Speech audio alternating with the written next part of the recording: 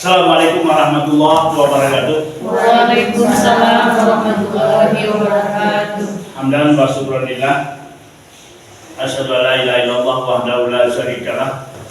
Wa asyhadu anna Muhammadan abduhu wa rasuluhu allazi la nabiyya ba'da. Amma ba'du, yang kami hormati Ibu-ibu peserta pelatihan mubalaghah yang dilaksanakan oleh Majelis Tabligh Pimpinan Daerah Aisyah Tanah Karo. Kita bersyukur hari ini kita kembali bertemu, dan ini pertemuan yang terakhir ya. Pertemuan yang terakhir ya. Nah, mudah-mudahan 3 pertemuan ini yang dari saya dapat menambah bekal kita semua. Dan yang terakhir ini, yang penting ya. Kalau ceramah itu yang penting kekuatannya apa? Kalau kita mau ceramah, kekuatan apa?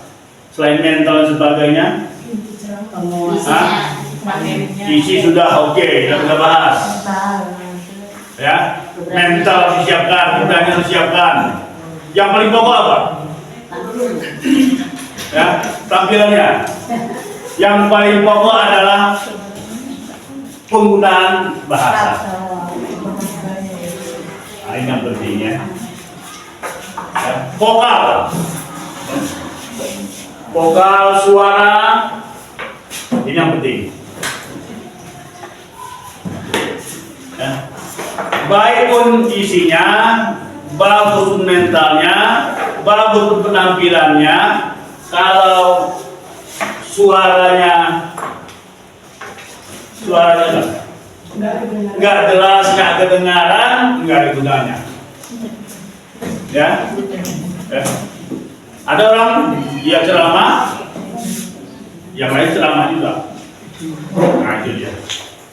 Sebab ketika ibu-ibu berceramah, kekuatan bahasa itu sangat penting. Penggunaan suara itu sangat penting. Jelas dan sebagainya. Jangan sampai nanti kata jamaah nah, itu bahaya lagi. Jadi harus jelas bagaimana mengolah kata demi kata, itu penting ibu. Ya, apakah sama misalnya ada kalimat yang penting mau ibu sampaikan, apakah nadanya sama dengan yang biasa-biasa saja? Tidak. Biasanya kalau ada kalimat yang penting ingin disampaikan, bagaimana kira-kira intonasi kita? Biasanya apakah cepat atau diperlambat? Perlambat. Ya, diperlambat. Ya, diperlambat ya. Ya. Ini kan harus ini ibu memang sekali lagi ibu harus belajar ya. Harus dicermin ibu belajar.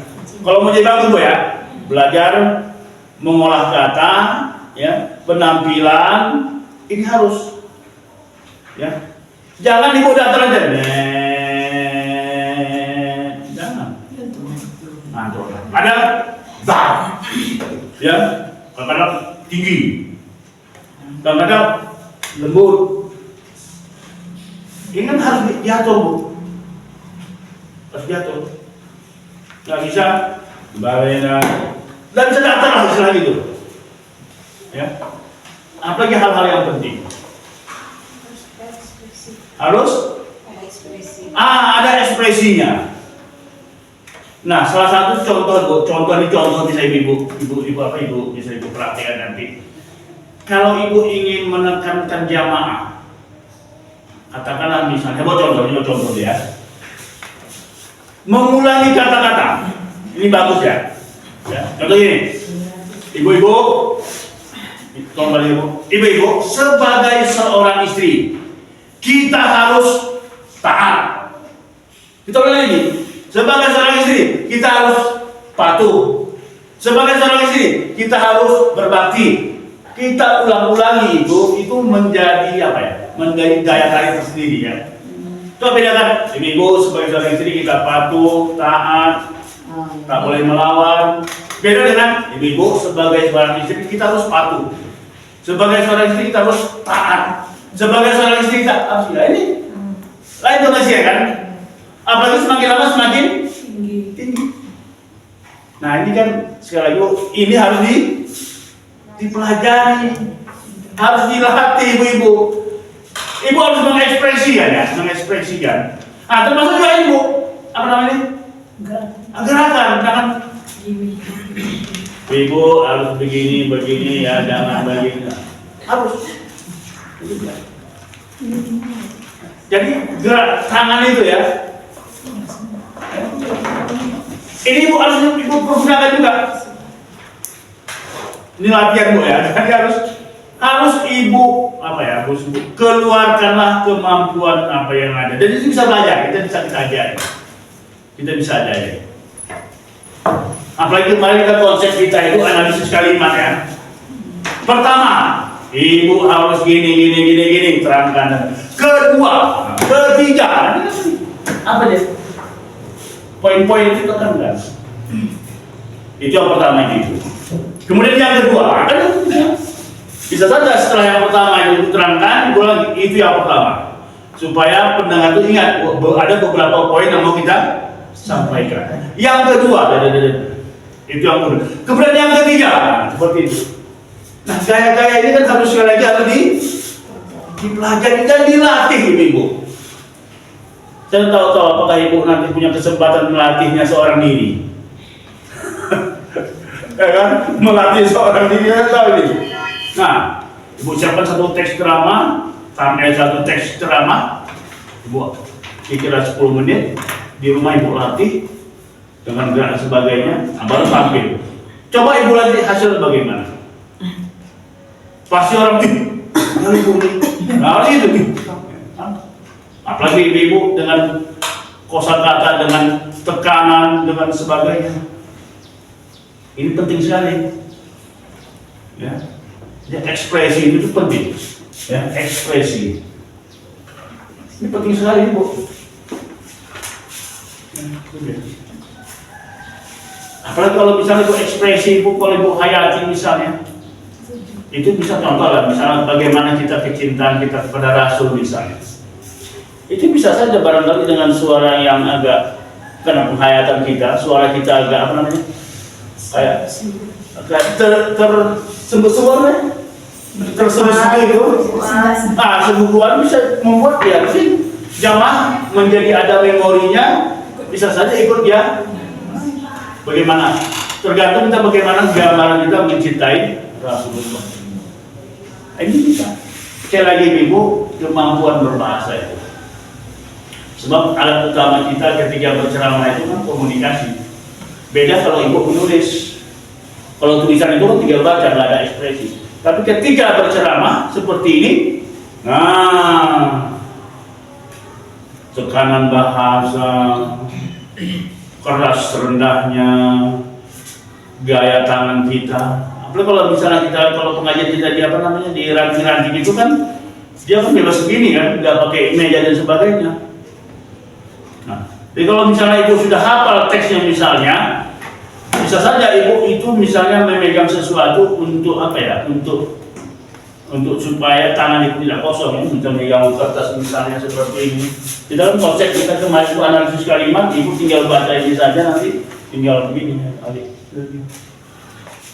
Ya, jadi penggunaan tangan ini harus dipakai untuk memaksimalkan kita latihan kita dalam berceramah, dan itu sangat penting sekali. Ya.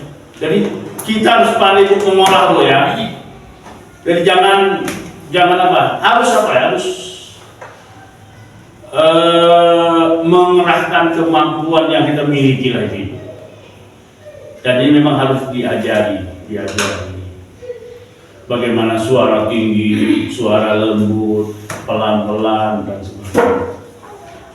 Sebab ceramah itu ya sangat tergantung kepada bahasa tadi.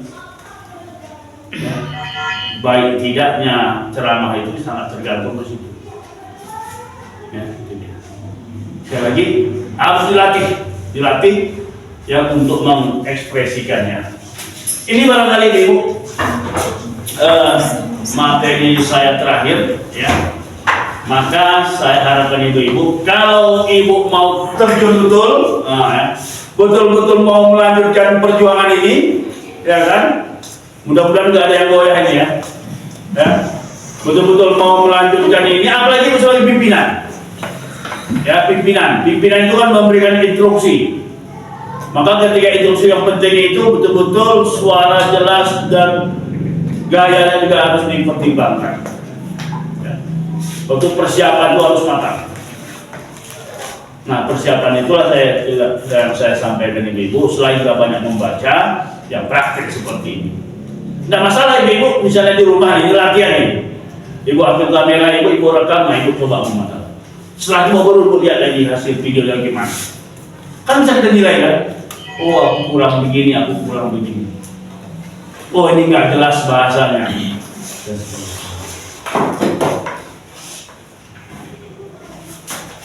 Nah, itulah yang barangkali yang ingin saya sampaikan ibu. Sekali lagi saya ingin kalau betul mau mau betul-betul mau bergelut di bidang ini, kalaupun tidak bergelut di bidang dakwah ibu ini sangat perlu. Sebab pimpinan harus ngomong kan gitu ya.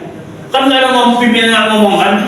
Pimpinan itu harus ngomong, harus bicara, harus menyampaikan informasi. Kalau kebetulan tidak ada ustaz misalnya datang, ibu harus siap menjadi dai. Nah, ketika siap menjadi dai, ibu sudah punya persiapan. Nah, insyaallah. Yang lalu saya sampaikan ibu-ibu harus punya konsep yang ibu sediakan di dompet atau di HP ibu tentang materi yang mana tahu saat-saat tertentu ibu tampil.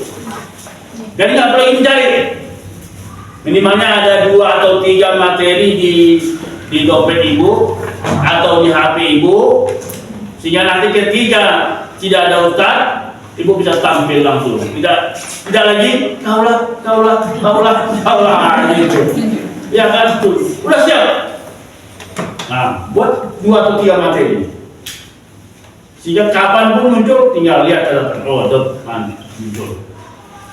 Sekali lagi ini persiapan kita ini, ibu adalah rata-rata pimpinan di majelis tabligh-nya masing-masing yang harus tampil saat tidak ada ustaz. Kan itu mungkin sakit, mungkin hujan dan sebagainya. Nah, sekali lagi ini yang diperlukan dan ibu-ibu harus tampil pengganti itu. Jangan sampai pengajian itu kosong tanpa ada. Dan ibulah sebagai majelis tabligh sekaligus sudah dilatih ini dan ibu harus tampil. Kalau ibu tidak tampil, maka sia-sialah perjuangan saya. Ya kan? Sia-sialah ilmu yang saya berikan. Ya kan? Tidak dapat pahala saya nanti. Ya kan? Kalau ibu paling nanti ceramah kan dapat pahala saya. Ya kan, Bu? Ibu dapat pahala, saya pun dapat pahala. Boleh jadi saya nanti masuk surga gara-gara ceramah ibu. Ya kan? Boleh jadi. Nah, ini ibu yang dirahmati Allah yang harus saya kuasai. Jadi bahasa ya. Bahasa penggunaan kata. Mungkin apa yang saya tampilkan barangkali bisa menjadi referensi ibu. Mungkin gaya saya, mungkin bahasa saya dan sebagainya. Saya dulu ibu punya ustaz dulu di Tanjung Almarhum. Itu namanya Ustaz Muhsin ya di Tanjung Balai. Jadi saya tertarik cara dia khutbah, cara dia ceramah dan sebagainya. Dan analisis kalimat itu saya ambil dari dia. Dia kalau ceramah runtut dia 1, 2, 3 runtut dia, nggak ngambang dia. Dia ambil ayat, ini bahasnya 1, 2, 3. Itu dia. Nah, jadi sebenarnya ibu bisa ambil referensi dari beberapa apakah misalnya dari mana gitu boleh. Ya dulu. Itu menjadi acuan kita. Ini barangkali ibu yang dirahmati Allah sebagai kajian terakhir saya tentang masalah penggunaan bahasa, ekspresi, yang gaya tubuh kita untuk mematangkan kita sebagai penceramah. Dan jangan takut ibu, jangan takut untuk seperti apa? Indah ya ini kan, jangan takut bagus ini, jangan takut. Jangan takut ibu-ibu mencaram, saya benar. Jangan takut ibu-ibu ya. Itu aja jangan takut. Harus kuat, ini gaya saja ini supaya menguatkan. Itu Dan itu sudah ajaib. Dan itu akan lebih menarik bagi pendengar kita. Ya. Jadi saya akan ibu, mari kita latihan nanti, latihan tentang bahasa dan sebagainya. Oke, ada pertanyaan kira-kira? Atau mau tampil? Siapa yang mau tampil lagi? Ya kan? Atau sebelum tampil ada pertanyaan? Kira-kira? Ya, silakan. Kalau misalnya kayak kita cerita punya pengalaman sendiri gitu. Bagus. Nah, ini ibu ya. Ketika ibu menceritakan pengalaman kita, itu kan kita kuasai betul ya? Ya kan? Kita kuasai betul. Nah, kalau kita kuasai betul, ekspresi kita itu lebih baik. Ekspresi kita ya, lebih mantap ya. Lebih mantap. Kalau dia misalnya dia sedih, akan lebih kita hayati. Ya, itu dia. Dan pengalaman kita itu bagus tuh. Ya, pengalaman kita itu. Jadi ketika contoh misalnya contoh tentang pengalaman itu bisa kita buat. Apa yang kita rasakan, nah itu lebih bermanfaat. Jadi bagus sekali Bu. Jadi setiap pengalaman kita itu yang kita hayati itu akan lebih. Nah Ibu, ketika kita bercerita tadi, sekali lagi yang penting adalah informasi ini jelas sampai ke pendengar.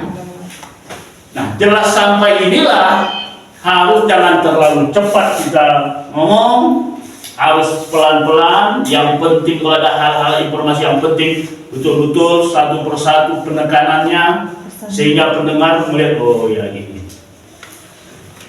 Bisa kita ulang-ulangi kalimatnya, ya macam tadi misalnya seorang istri kita harus patuh, seorang istri kita harus taat, seorang istri kita harus berbakti. Nah, kan itu kan enak dia. Ulang-ulang seperti itu teknik aja. Bagus sekali. Oke Bu? Oke. Silakan yang lain. Apalagi pengalaman kita itu hampir tidak dimiliki oleh orang lain. Wah, itu lebih bagus lagi. Itu dia. Silakan yang lain Bu. Baru dari wajah-wajahnya ini sudah apa? Sudah lapar kayaknya. Yang belum tampil. Oke, demikian barangkali selanjutnya kita silakan kita diskusi tanya jawab dan juga barangkali kalau nggak ada tanya jawab silakan kita praktek. Kalau bisa praktek ini coba ini dikerahkan ya, dipraktek aja, apa masalah ya kata-katanya itu harus diapa. Oke ya, oke terima kasih saja. Terima kasih sambil juga menunggu pertanyaan dari ibu-ibu sekalian sekaligus kita praktik untuk ceramah yang tentu yang belum ya atau yang sudah ada mau mencoba boleh ya. Demikian barangkali demikian kurang mohon maaf. Assalamualaikum warahmatullahi wabarakatuh. Waalaikumsalam warahmatullahi wabarakatuh.